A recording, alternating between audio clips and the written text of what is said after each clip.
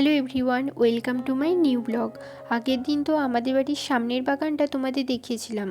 আজকে দেখাবো আমাদের বাড়ির পিছনের বাগানটা। এই যে কুল গাছটা দেখতে পাচ্ছ, এটা আগের বছর লাগিয়েছিলাম আর এই বছরেই অনেকগুলো কুল ধরেছে। আশা করি পরের বছর আরও অনেক কুল হবে। আর এই যে দেখতে পাচ্ছ বাগানটা, এখানে আমার মা অনেকগুলো জবা গাছ লাগিয়েছে। সকালবেলা পুজো দেয়, তাই ফুল তুলতে হয়, তাই প্রতিদিন এই গাছ থেকেই ফুল তোলে। এখানে 2-3 রকমের জবা গাছ আছে, যার মধ্যে একটা জবা গাছ আমি নার্সারি থেকে এনে বসিয়েছিলাম, আর একটা জবা গাছ আছে যেটাই লাল আর চন্দন এই 2 রঙেরই ফুল ফোটে। এই দেখো, এটাই হলো আমার কেনা জবা ফুলের গাছটা। এই গাছের ফুলগুলো বেশ বড় বড় হয় আর গাছটায় অনেক ফুল ফোটে। চলো পুজোর জন্য আমরা কিছু ফুল তুলে নিই।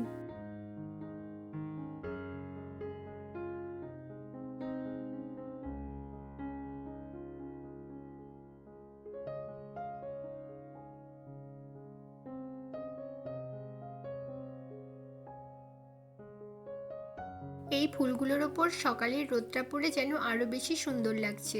আর চলো পাশের গাছটাই দেখাই। পাশের গাছের থোকা জবাটা আজকে ফোটেনি, কুড়ি হয়ে আছে, হয়তো কালকে ফুটবে। তো চলো পাশের গাছটা দেখাই, যেটাই বলেছিলাম 2 রকমের ফুল ফোটে। আজকে দেখলাম পুরো গাছটায় একটাই লাল রঙের ফুল ফুটেছে আর বাকিগুলো সব চন্দন রঙের। ফুলটা অনেকটাই উঁচুতে ফুটেছিল, তাই ফুলটা পেরে নেওয়ার জন্য আমি মাকে একটু হেল্প করে দিচ্ছিলাম। জবা ফুল বলতেই প্রথমে আমাদের মাথায় আসে এই লাল রঙের জবা ফুল। লাল জবা মানে প্রথমেই মনে পড়ে মা কালীর কথা।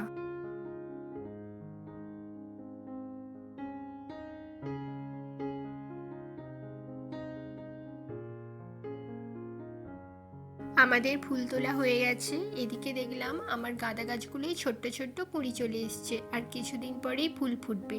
এটা থোকা গাঁদা নাকি কাঠ গাঁদা ঠিক জানা নেই, যখন ফুল হবে তখন তোমাদের সাথে শেয়ার করব। আর এই যে মা বলছিল এটা নাকি একটা তুলসী গাছ, ঠিক নাম জানি না।